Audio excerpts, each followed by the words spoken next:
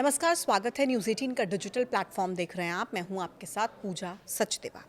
आज पूरी दुनिया महिलाओं के हक और महिलाओं की बराबरी की बातें कर रही है, लेकिन एक देश ऐसा भी है जिसने औरतों पर होने वाले जुल्म को कानूनी जामा पहना दिया। एक देश की सरकार जिसने 90 पन्नों का एक ऐसा काला कानून लागू किया जिसने महिलाओं को उनके ही घर में कैदी और संपत्ति बनाकर रख दिया। इस नए दमनकारी कानून के तहत पतियों को अपनी पत्नियों को पीटने की खुली छूट दे दी गई, बशर्ते इस मारपीट में हड्डी ना टूटे या कोई गहरा घाव ना हो। और अगर मान लीजिए गलती से ऐसा हो भी जाए तो पुरुषों को थोड़ी सी सजा देकर छोड़ दिया जाएगा। ये सुनकर आप बहुत हैरान हो रहे होंगे कि आज की सदी में भी क्या कोई देश वाकई ऐसा कानून लेकर आ सकता है? और ऐसा देश है कौन सा?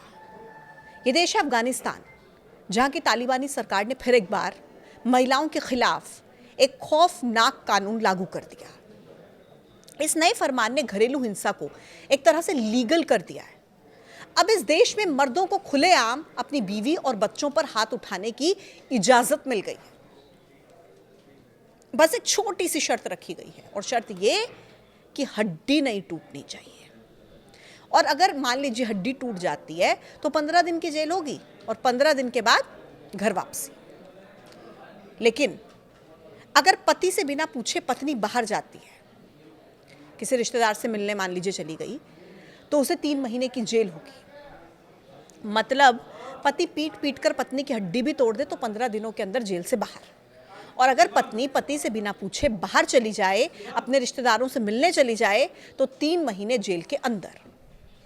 और इसके अलावा पति को सजा भी तब होगी जब महिला अदालत में हिंसा को साबित कर पाए। महिला को पूरी तरह से ढका हुआ रहकर जज को अपनी चोटें दिखानी होगी, और अदालत में उसके साथ उसका पति या कोई और पुरुष अभिभावक होना भी जरूरी है। आप जरा सोचिए कि जिस पति ने उसे पीटा होगा, क्या वो उसे उसके खिलाफ गवाही दिलाने के लिए अदालत लेकर जाएगा? इतना ही नहीं, तालिबान ने तो न्याय व्यवस्था को भी 4 हिस्सों में बांट दिया। कानून का अनुच्छेद 9 अफगान समाज को 4 हिस्सों में बांटता है, जो समानता के अधिकार की भी धज्जियां उड़ाता है। धार्मिक विद्वान यानी उलेमा, उच्च वर्ग यानी अशराफ, मध्यम वर्ग और निचला वर्ग। और इस व्यवस्था में अब किसी अपराध की सजा उसके अपराध की गंभीरता से नहीं, बल्कि आरोपी की सामाजिक हैसियत से तय होती है। मतलब अब तक जो हम सुनते आए हैं कि कानून की नज़र में सब समान है, इस कानून में ऐसा कुछ नहीं है। इस कानून के अनुसार अगर कोई इस्लामी धार्मिक विद्वान अगर अपराध करता है तो उसे सिर्फ नसीहत दी जाएगी। अगर अपराधी उच्च वर्ग से है तो उसे अदालत बुला लिया जाएगा और सलाह देके छोड़ दिया जाएगा। मध्यम वर्ग का अगर कोई व्यक्ति उसी अपराध के लिए जेल उसको होती है, और अगर निचले वर्ग का कोई व्यक्ति अपराध करता है तो जेल भी होगी और साथ साथ शारीरिक सजा भी दी जाएगी। गंभीर अपराधों में दी जाने वाली शारीरिक सजा इस्लामी मौलवी देंगे। कुल मिलाकर अफगानिस्तान में महिलाओं की स्थिति बद से बदतर होती जा रही है।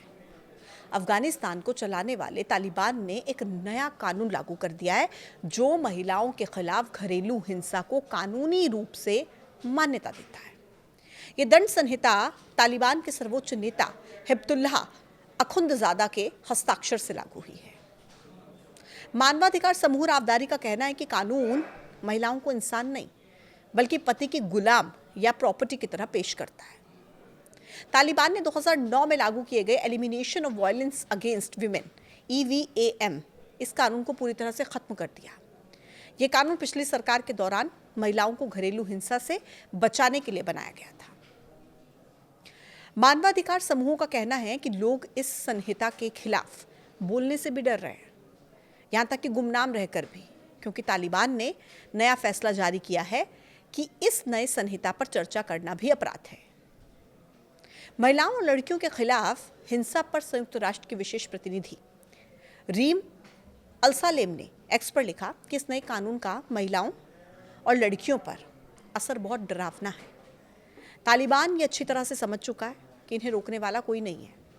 अब सवाल ये है कि क्या अंतर्राष्ट्रीय समुदाय उन्हें गलत साबित करेगा, और अगर करेगा तो कब करेगा? उन्होंने अंतर्राष्ट्रीय समुदाय से सवाल किया कि क्या दुनिया इन मूक चीखों को सुनेगी। आपकी क्या है राय इस विषय पर? कमेंट बॉक्स में जरूर बताएं। देखते रहिए न्यूज़ 18। नमस्कार।